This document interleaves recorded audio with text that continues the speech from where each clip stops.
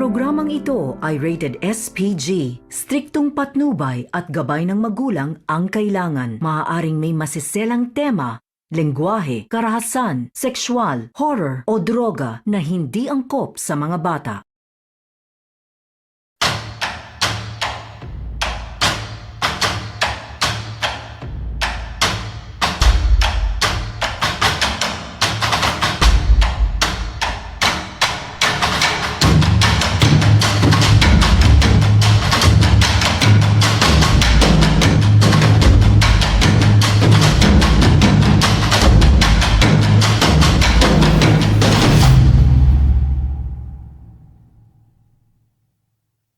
Katotohanan. Iyan ang tanging bagay na hinahanap ng mga mamamahayag na tulad ko. Katotohanan. Ngayon, patungo kami sa isang lugar na iniiwas-iwasan. Nais naming malaman ang katotohanan sa likod ng lugar na iyon. Lugar na pinagmulan ng mga bulong-bulungan. Lugar na hindi mo na naising puntahan. Ito ang kwento ng aming pamamahayag sa Baryo Sitan.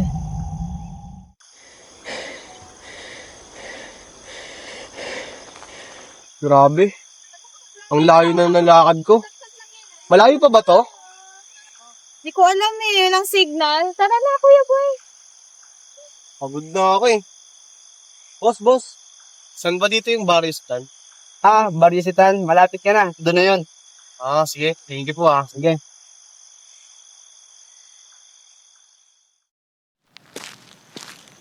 Kuya Boy, dito na ata tayo.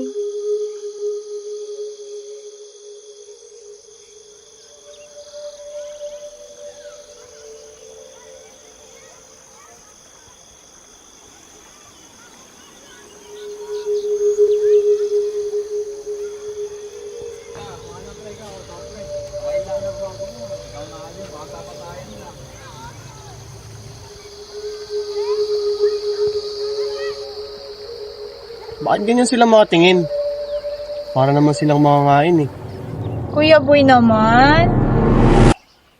Kayo nga taga Maynila, hindi ba? Oo. Pero, paano niyo po nalaman?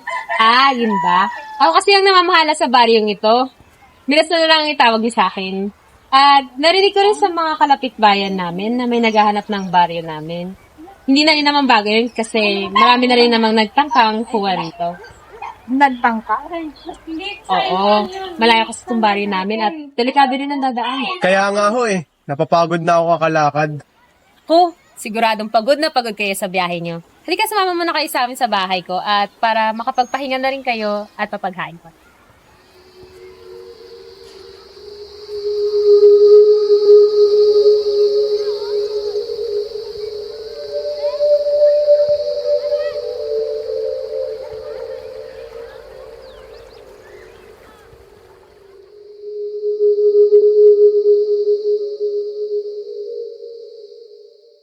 Kain muna kayo.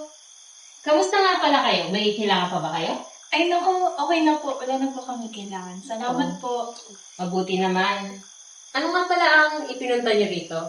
Napakalayo ng baryo namin Nasisigurado ko na importante ang ipinunta niyo rito. Di pa po pala kami nakakapagpakilala. Ako ho si Shane Santos at isa ho akong journalist. Ito naman si Kuya Boy, ang aking cameraman ko. Narito po kami para mag-interview ng mga ilang tao dito sa baryo tungkol sa mga past events na bulong-bulungan pa rin. Yun lang ba? Gusto mo simulan na natin yan ngayon at para samahan ko na rin kayo pagkatapos yung magpahinga at kumain. Sige po. Nagsimula kaming mag-interview sa iilang mga taga-baryo tungkol sa mga misteryosong pagkawala ng mga tao sa baryong ito. 18 taon na ang nakalipas.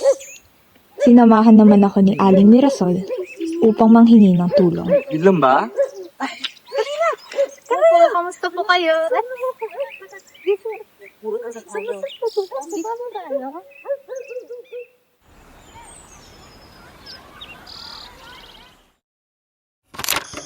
Magandang araw po. Salamat po at tinanggap niyo po ang kahilingan kong ma-interview kayo. Ngayon po ay sisimulan na po natin ang interview. Ano hong naaalala niyo 18 years ago? 18 years ago? Opo. Tungkol sa mga nawawala noon, di ba? Kasi ayos pa lang kasi ako noon eh. 18 years ago?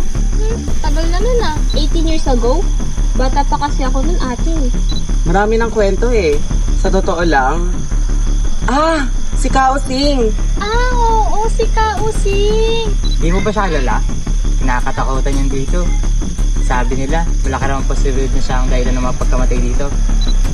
Iwas-iwasan yun dito. Makukulam daw? Di lang siya nakakompresta kasi nananakit. Nakakatakot yun. Kausing. Kausing? Nang matapos kami sa interview, bumalik kami sa bahay ni Aling Mirasol. Kamusta nga pala ang ginawa niyong pag-interview dito sa aming baryo? Okay naman po. Mababait naman po yung mga tao dito.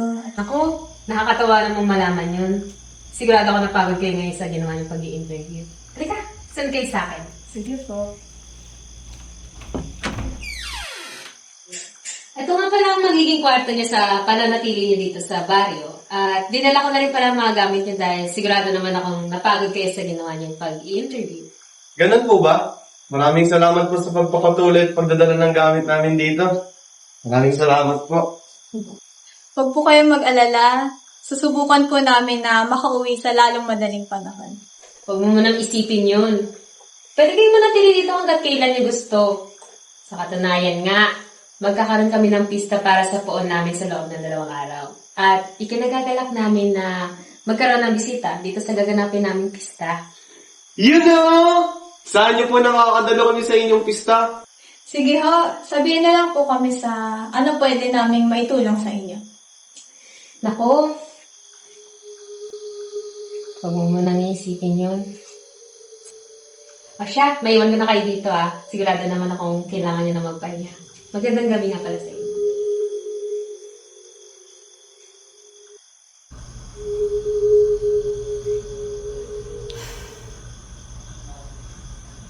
Kuya Boy, gising ka pa ba?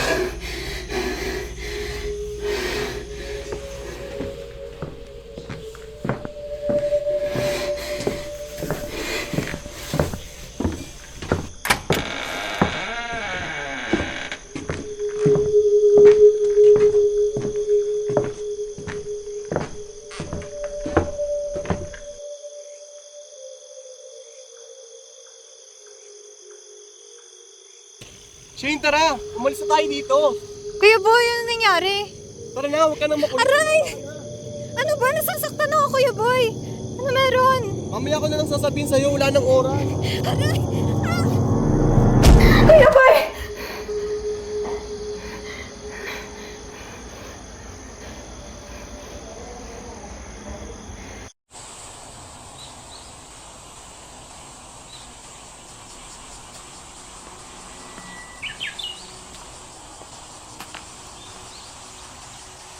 Boy?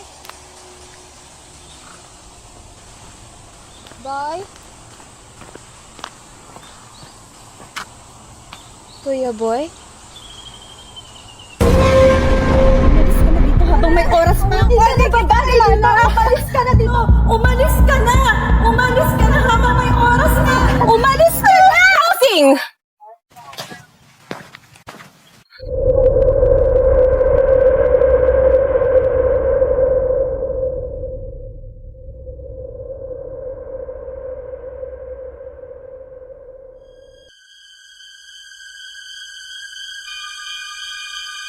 ka. Umalis ka dito. Umalis ka. Umalis ka dito. Umalis ka. Umalis ka dito. Umalis ka. Umalis ka dito. Ayos ka lang ba, Shane? Halika, upo ka muna dito.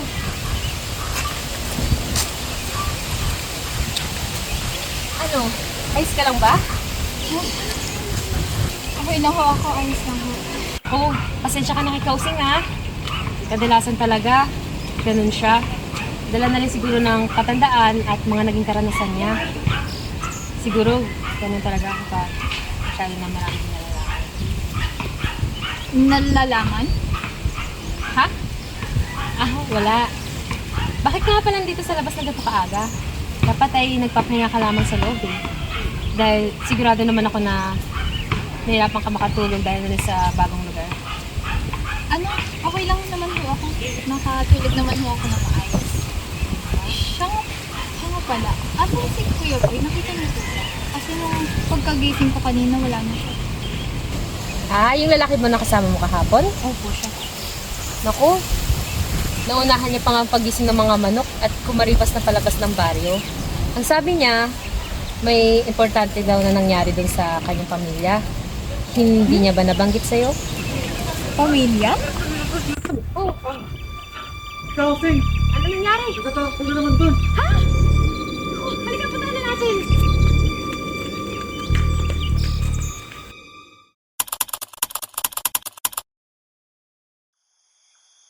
Paano pinauwi si Kuya ng pamilya niya?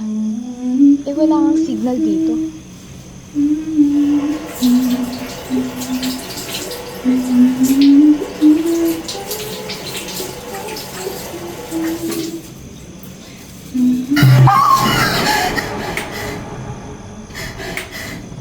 Si Kaosing ba yun?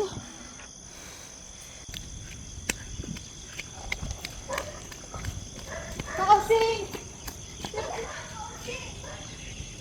Kausing! Kausing! Kausing! Nandito ka ba?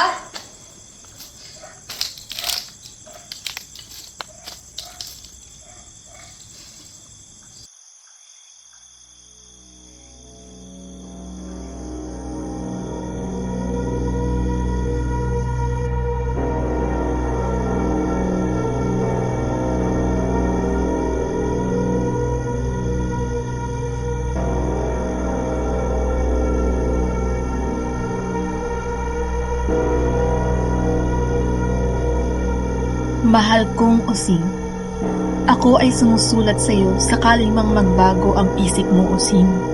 Maayos na ang kalagayan namin ng bata. Naririto kami sa Maynila. Pinangalanan ko siyang Shane para nang sa gayon ay makahalupilo kami ng maayos rito. Alam kong nahihirapan ka na rin sa nakagisnang pamamaraan ng ating baryo. Kung makarating man sa'yo ito at nais mo nang kumawala sa impyernong iyan, ay sumulat ka lamang pabalik. Alam mong babalikan kita kahit anuman ang mangyari. Ang iyong matalik na kaibigan, Corazon. Tita Cora! Tita Cora ko!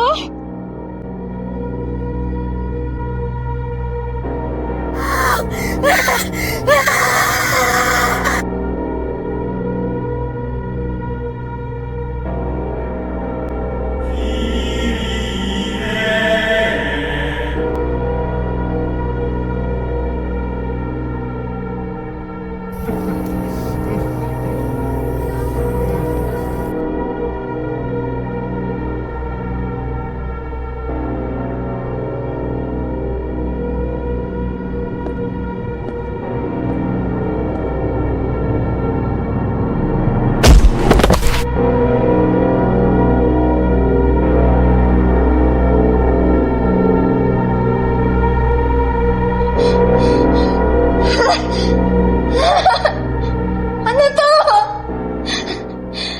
Tulong! Pakawalan niyo ako! Ano to?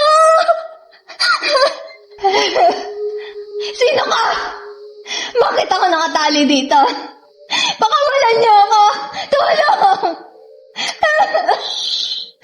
Shane, ako to. Mirasol! Ano to? Bakit ako nakatali dito? Ano nangyayari? Huwag ka mag-alala, Shane. Magiging madali lang naman to eh. Pamilya pa rin naman tayo sa kabila ng lahat. Pamilya? Anong sinasabi mo? Siguro sinabi sa'yo na magaling kong ina, no? Anong ina? Anong sinasabi mo? Hindi kita maintindihan, Mirasol. Hindi ba siya nagdala sa'yo sa Maynila at iniwala ko dito sa baryo? Iniwala ka ng tunay niyang anak. Pero palabi mo nga naman talaga ang tadhana, hindi ba? At bumalik ka pa rin dito sa baryo kung saan ka nararapat. Hindi! Hindi totoo yan! Hindi! Kita mo, Hindi! Tumigil ka!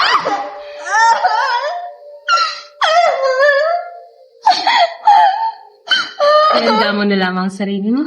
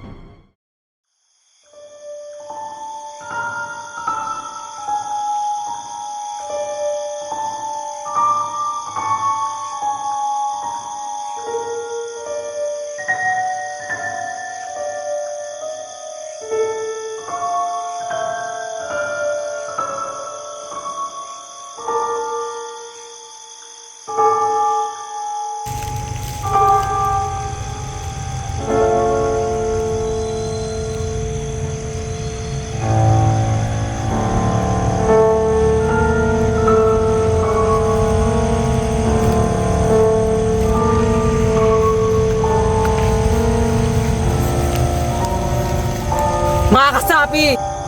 Ngayong gabi, pagdiriwang natin ang araw na tayo pinagpala ng poon ni Sitan. Sa araw na ito, pinagkalooban niya tayo ng kasaganahan at tinatamasa ng ating mga ninuno na ipapasa rin natin sa ating mga anak. Ngayong gabi, pagkaloob natin sa kanya ang ating pasasalamat. Isang sakripisyo ng ating kasapi. Ang kanyang dugo ang magbibigay kapangyarihan sa poon nating sisitan para magkaroon siya ng daan sa mundo nating mga mortal. At sa kanyang pagdating ay ibibigay niya ang basbas. Ngayon, simulan na natin ang ritual.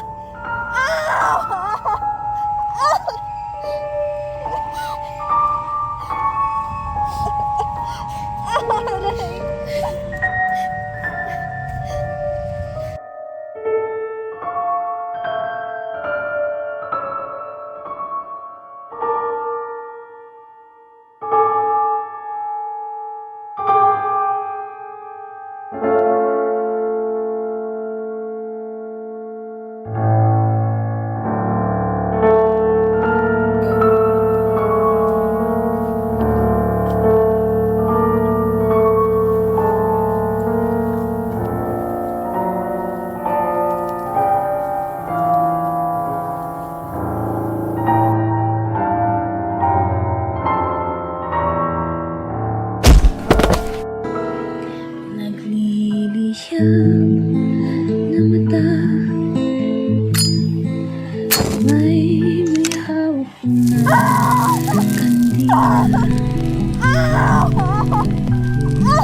Kembali